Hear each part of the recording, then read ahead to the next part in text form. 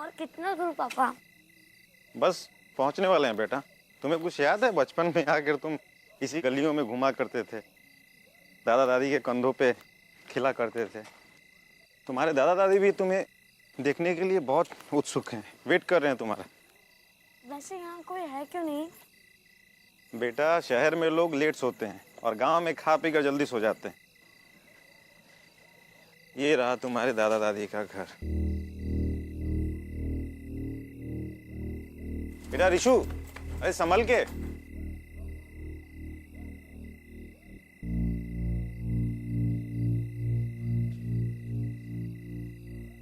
दादा! बेटा रिशु, बेटा अरे रुको तो सही, लाइट तो जलाने दो। इस गांव में लगता है अभी तक लाइट का प्रॉब्लम सॉल्व नहीं हुआ।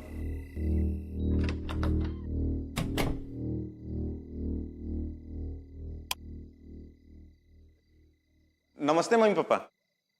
आप लोगों ने तो मुझे डरा ही दिया था। कैसे हैं आप लोग? और सुबह से आप लोगों का फोन लगा रहा था, क्यों नहीं उठा रहे हो? मुझसे नाराज हो क्या? क्या हुआ? आप लोग कुछ बोल क्यों नहीं रहे हो? आप लोग से मिलने रिशु भी आया है। पापा!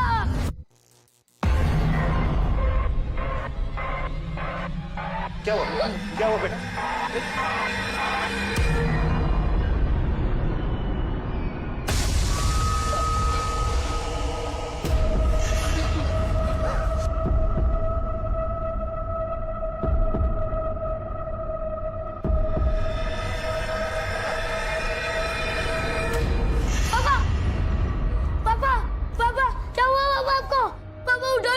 पापा, पापा उठो ना, पापा उठो ना, पापा उठो ना, पापा, पापा उठो ना प्लीज, पापा। तो ये केस क्या है? सर केस बहुत अजीब है। हमारा वेदपुर एक बहुत बड़ी मुसीबत से गुजर रहा है। कैसी मुसीबत? प्रिया, बच्चे को लेकर आओ। बैठो बेटा। सर मैं तो आपको सिर्फ उतना ही बताऊं जितना मैंने सुना है। ये रिशु है। बेटा सर को बताओ आपने क्या देखा था?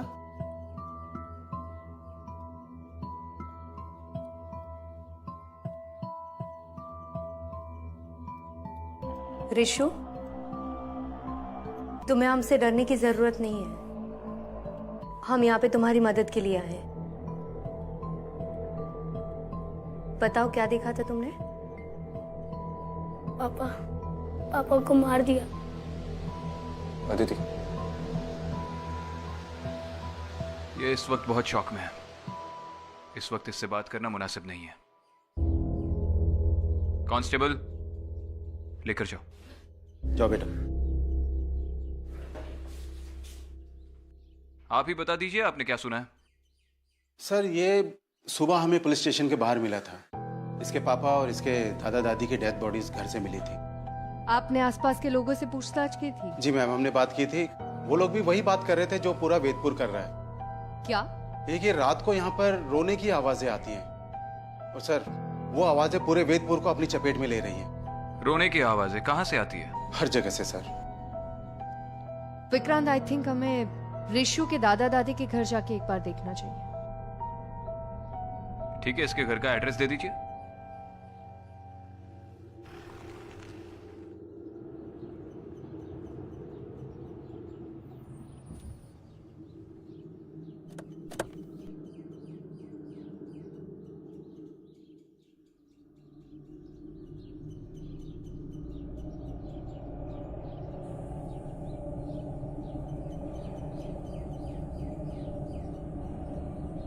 यही है।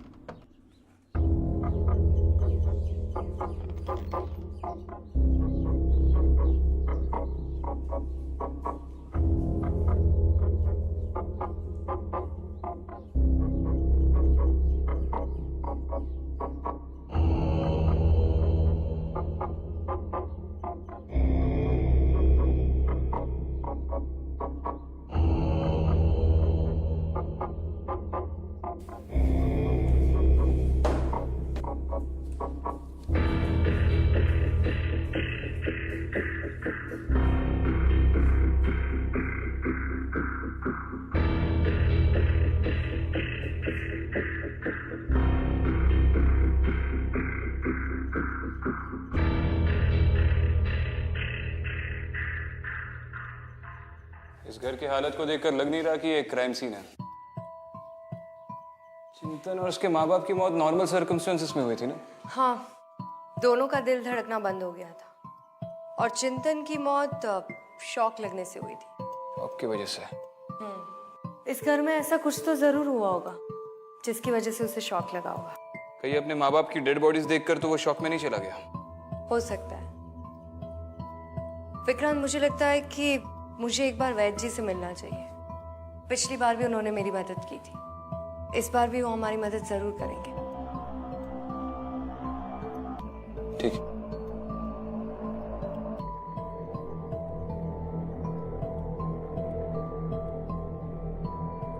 ठीक है, मैं गांव वालों से जाकर मिलता हूँ, तुम वैद्य से जाकर मिलो। ठीक।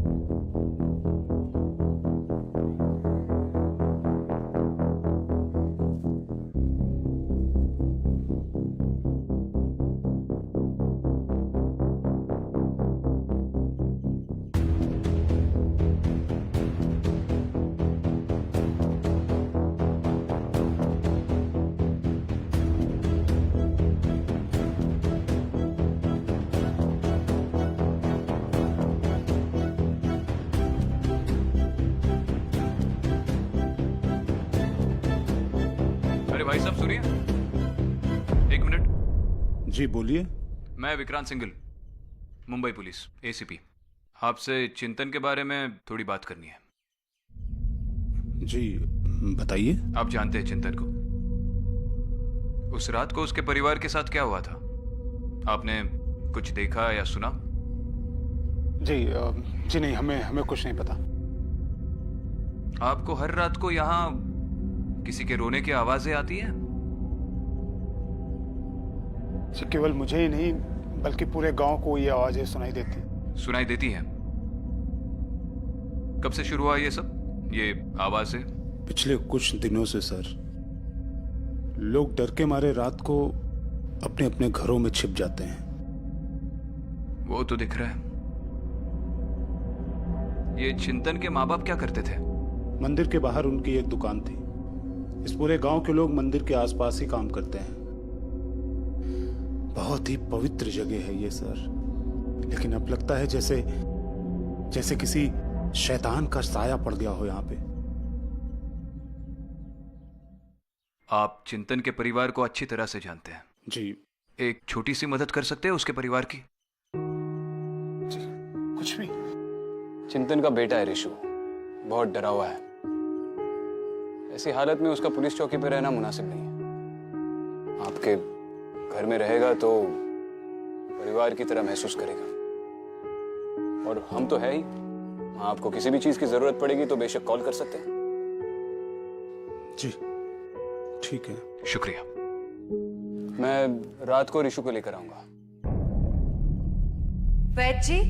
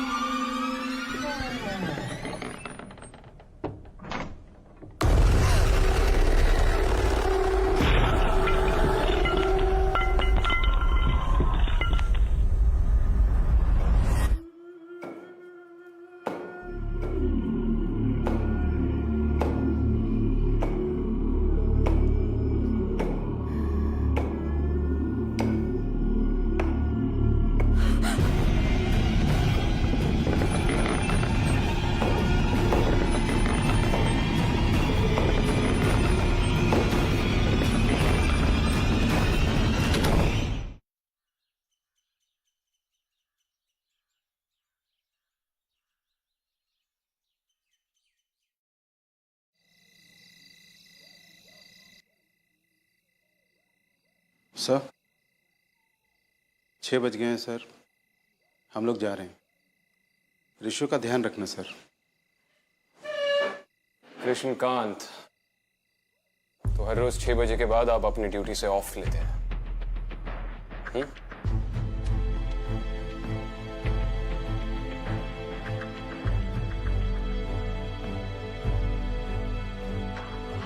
ड्यूटी ज्वाइन करने से पहले आप सबने एक शपथ ली थी कि ये देश, इसके सारे लोग हमारा परिवार है और किसी भी हालत में हम अपने परिवार की रक्षा करेंगे, याद है? और जब वेदपुर को आपकी सबसे ज्यादा जरूरत है तो आप भीगी बिल्ली की तरह 6 बजे के बाद अपने घर में घुसकर चुप रहे। अगर 9 से 6 की ड्यूटी करनी थी तो कोई और ड्यूटी कर लेते, पुलिस में क्यों भर्ती हुए?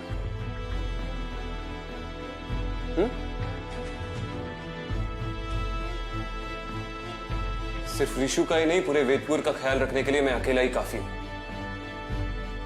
और एक बात याद रखिए, भूत, प्रेत, पिशाच, आत्मा या कोई भी बुरी शक्ति इंसान की हिम्मत और उसके जज्बे से बढ़कर नहीं होती। दफा हो जाइए।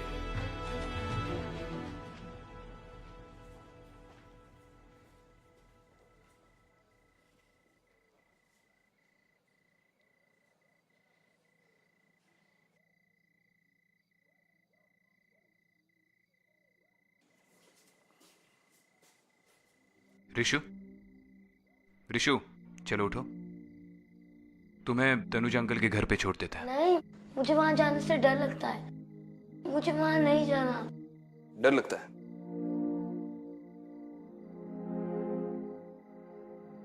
अच्छा मुझे बताओ, तुम्हारा फेवरेट सुपर हीरो कौन है? सुपरमैन। सुपरमैन। ऋषु, बचपन में एक बार मैं साइकिल चलाते चलाते गिर गया था।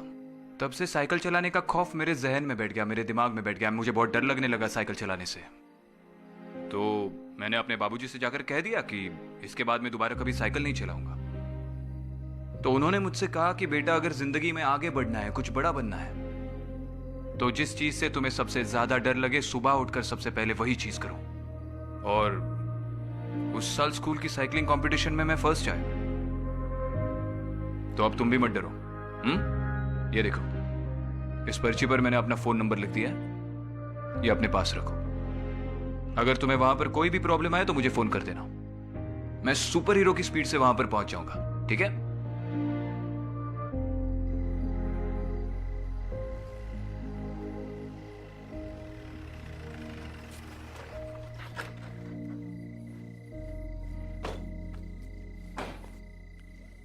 और ऋषु, ख्याल रखना, बच्चा बहुत डरा हुआ है। घर में अगर हंसी मजाक का माहौल रख पाओ तो इसके लिए अच्छा होगा। आप परेशान मत होइए सर, मैं ऋषु का अच्छे से ख्याल रखूंगा, आपको शिकायत का मौका नहीं दूंगा। धन्यवाद। चलो मिलते हैं।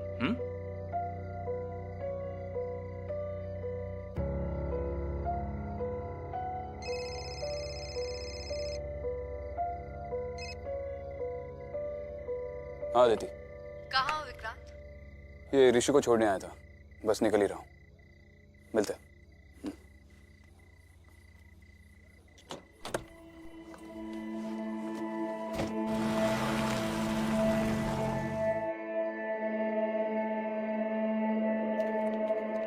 विक्रांत कहाँ थे तुम? कब से कॉल कर रही थी, तुम्हें फोन क्यों नहीं उठा रहे? अरे मैंने तुमसे कहा था ना, मैं ऋषु को तनुज के घर पे छोड़ने गया था। हाँ, पर एक फोन तो कर सकते थे। कहाँ हो, क्या कर रहे हो, कुछ अता पता ही नहीं तुम्हारा। अब मैं क्या करूँ, मुझे ड्यूटी करते समय फोन पे बात करने की आदत नहीं है। हाँ तो अब आदत डाल लो। मतलब? कुछ नहीं। वैद्य जी ने क्या कहा? वो भी अब यहाँ शायद नहीं है। उनके आश्रम में भी बुरी शक्तियों का साया है। जब मैं उनके आश्रम में गई तो एक बुरी आत्मा ने मुझ पर अटैक किया।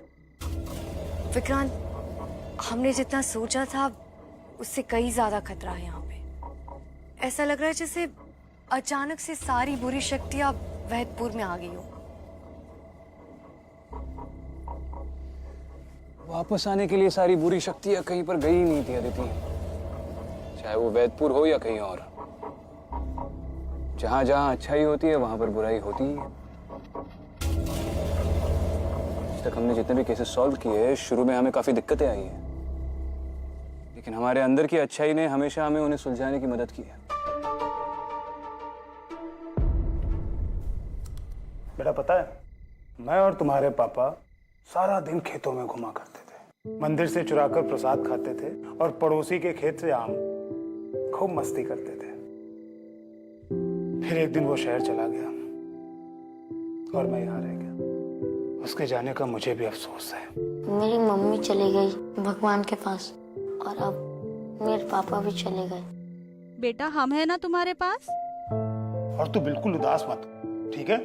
कल सुबह होते ही मैं तुम्हें पूरा वेदपुर घुमाऊंगा। आप कल की छोड़िए, मैं अभी इसके लिए कपड़े देती हूँ, फिर आराम से सो जाना, थक गया है। और तुम मोबाइल पे गेम खेलोगे? ये लो। इस बार तुम बहुत ज्यादा टेंशन में लग रही हो, क्यों? पता नहीं, इस बार अजीब सी घुटन हो रही है। ऐसा लग रहा है जैसे कुछ मुझसे दूर जाने वाला है। विक्रांत, कहीं इन सब के पीछे वनराज तो नहीं है? वनराज होगा तो वनराज मरेगा। जिस तरह समय की इकाई, समय का सिलसिला अटूट है, अंतहीन है, उसी तरह बुराई और अच्छाई की लड़ाई भी अंतहीन है। उसका कोई निश्चित अंत नहीं। मगर हर युग में जीत अच्छाई की ही होती है। अब अगर रावण को मारना है तो राम तो बनना होगा। पर विक्रांत, अगर तुम्हें कुछ हो गया तो क्या? शहीद सिपाहियों की तस्वीरों में लेट विक्रांत सिंघल की तस्वीर लग जाएगी और तुम उसके सामने खड़ी रह के सल्यूट करना? विक्रांत, मैं मजाक नहीं करती।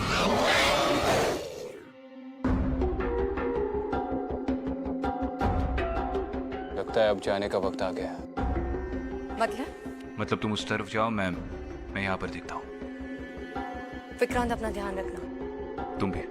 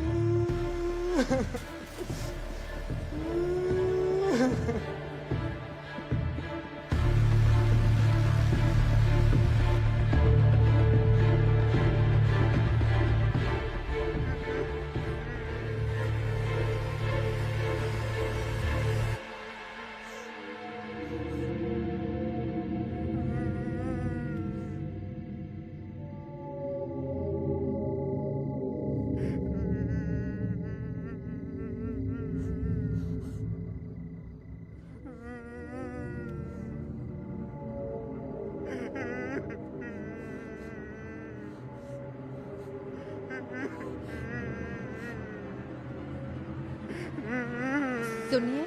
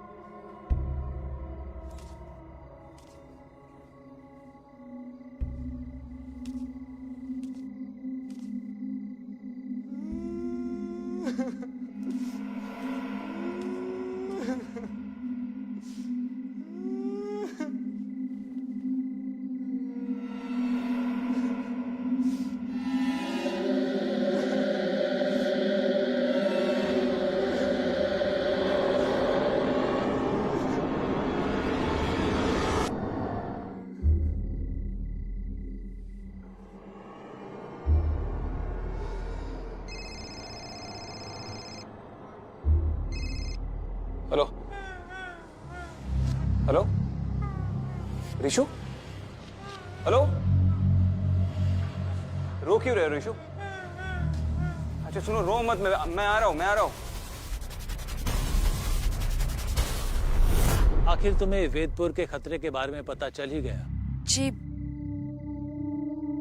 पर ये सब कुछ कौन कर रहा है और क्यों कर रहा है कुछ समझ में नहीं आ रहा। हमें जितना पता है उतना हम तुम्हें बता सकते हैं। वेदपुर में लोगों की मौत होती जा रही है और मरने वाले की आत्मा को मुक्ति नहीं मिल रही है। हाँ, शायद इसीलिए वो लोग रो रहे थे। वो लोग मुक्ति मांग रहे हैं। पर वैची, ये सब कुछ यहाँ वैदपुर में ही क्यों हो रहा है? अदिति, तुम्हें मैंने पहले भी बताया था, वेदपुर वो जगह है जहाँ पर रावण ने पहली बार धरती पर कदम रखा था। लेकिन इस बार रावण ने नहीं, एक शैतान ने हमारी धरती पर कदम रखा है। वो शैतान जोरों से अपना जाल फैला रहा है। शैतान? कहीं वो शैतान वनराज तो नहीं है? शैतान के अनेक नाम होते हैं, कभी किसी रूप में और कभी किसी और रूप में प्रकट होता है। हो सकता है वेदपुर में वो वनराज के नाम से आया हो। हाँ, लेकिन उस शैतान को मारने का, उसे खत्म करने का कोई ना कोई तरीका तो होगा ना? उस शैतान को मारने का सिर्फ एक ही तरीका है, वो मैं तुम्हें बता चुका हूँ और तुमने देखा भी है।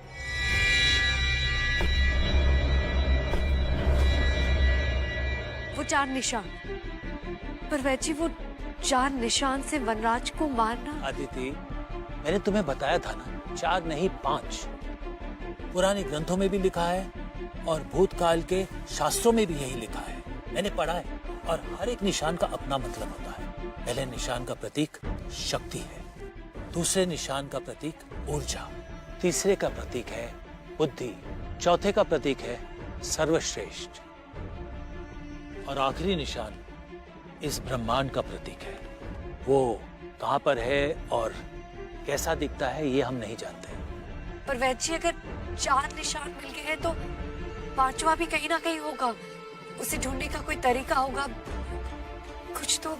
हमें इसके बारे में ज्यादा तो नहीं पता है, लेकिन हाँ, हमने पढ़ा है कि जब भी अच्छाई और बुराई का युद्ध होगा, वो प्रतीक वहां अपने आप प्रकट हो जाएगा। ऋषु, ऋषु, तनुज, तनुज,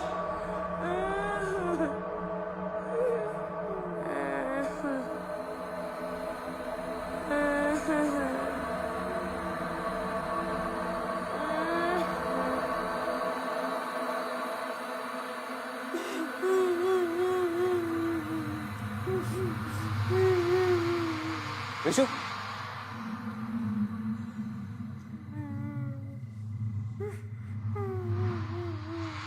आप तनुज,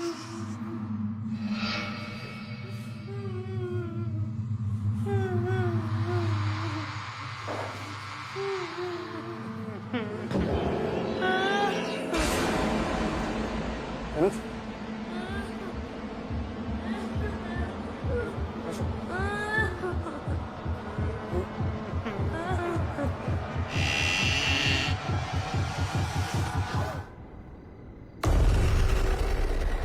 वनराज,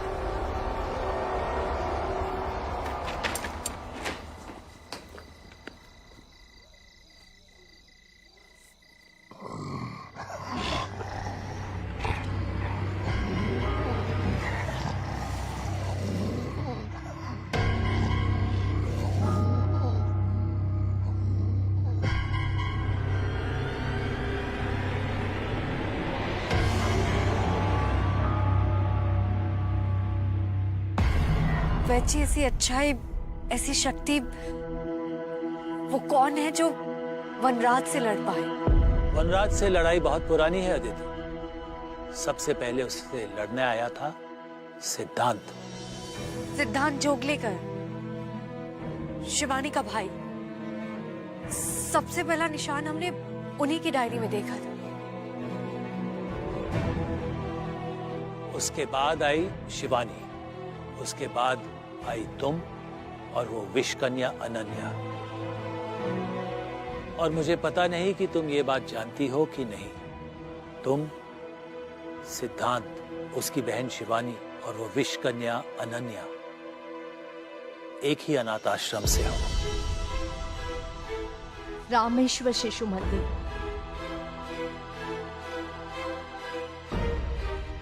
पर आप ये बात कैसे जानते हैं? तुम्हारे जाने के बाद जब हमने वो 5वां निशान ढूंढना शुरू किया, तब हमारे सामने वो 5वां निशान नहीं आया, बल्कि तुम्हारी कहानी हमारे सामने आई। क्या?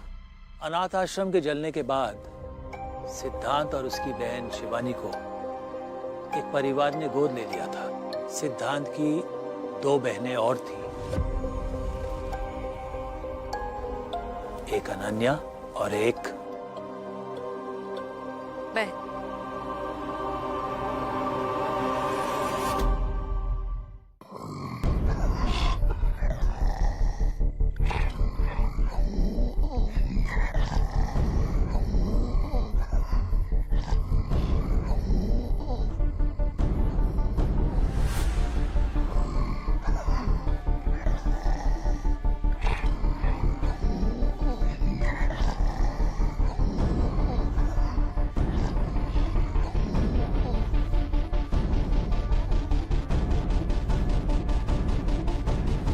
लेकिन तुम सब वनराज को मारने के लिए नहीं, बल्कि वनराज को मारने वाले की सुरक्षा के लिए यहाँ आए हो। कौन है तुम? मेरा नाम अदिति। शिवानी ने मुझे यहाँ भेजा है किसी की मदद करने।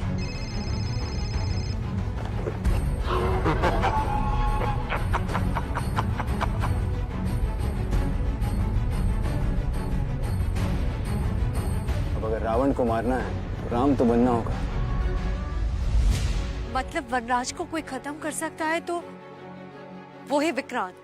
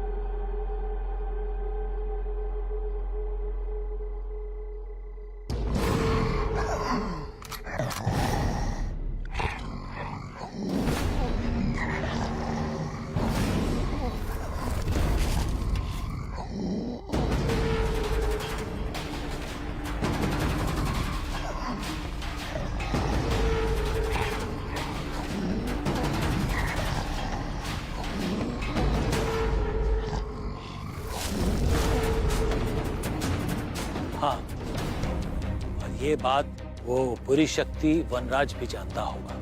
वनराज को मारना इतना आसान नहीं है अदिति। विक्रांत की जान को भी खतरा है। तुम्हें जल्द से जल्द वो 5वां चिन्ह ढूंढना पड़ेगा, क्योंकि वो 5वां चिन्ह ढूंढने के बाद दूसरी दुनिया का दरवाजा खुलेगा और इन सब आत्माओं को मुक्ति मिलेगी और तभी वनराज को मारा जाएगा।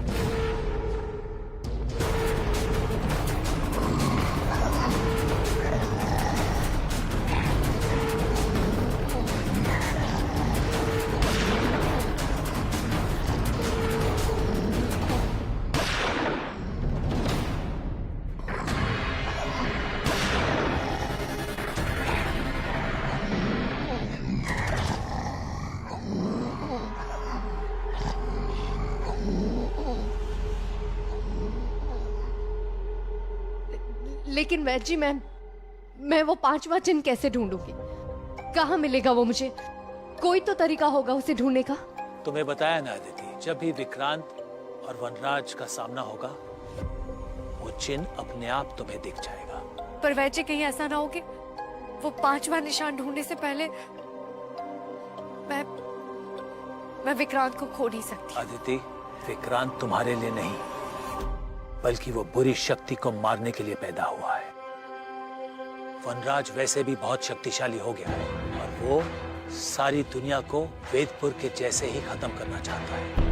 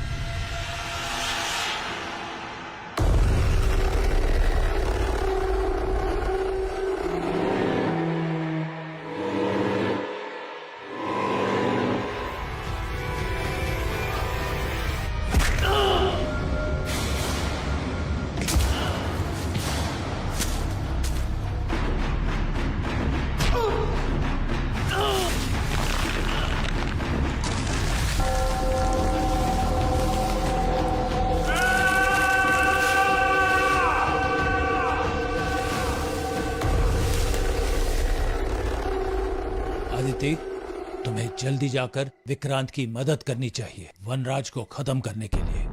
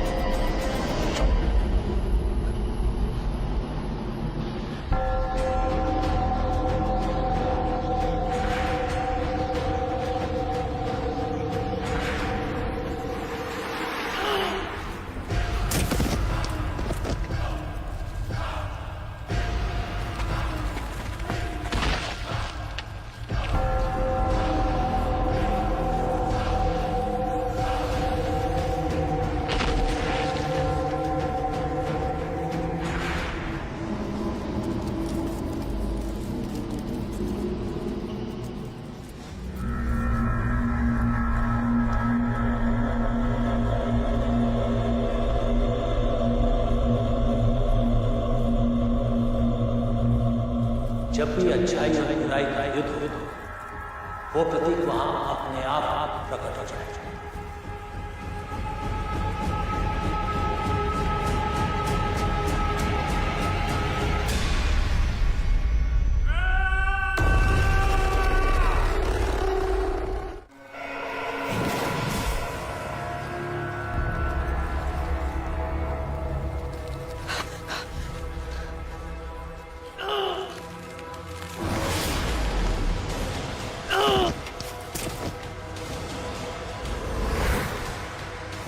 चार निशान प्रकट हो गए, तो 5वां निशान भी यहीं कहीं होना चाहिए।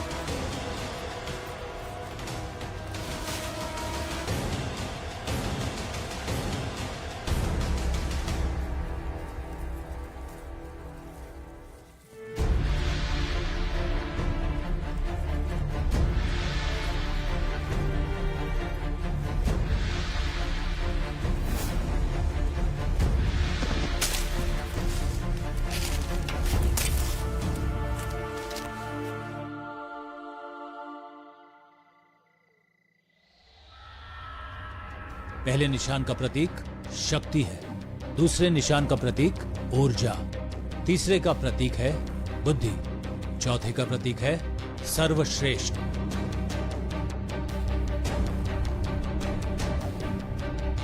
और आखिरी निशान इस ब्रह्मांड का प्रतीक है।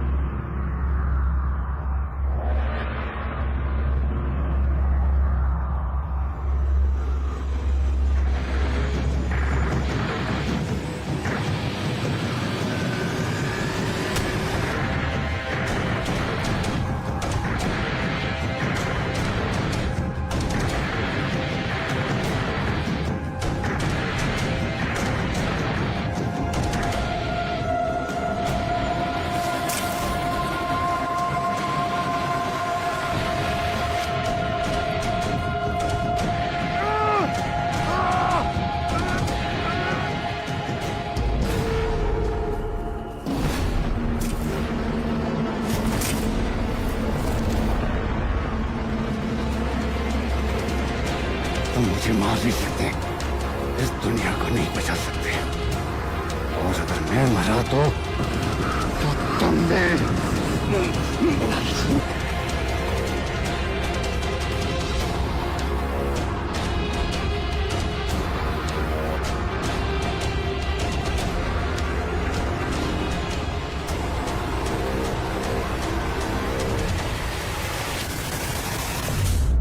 विक्रम!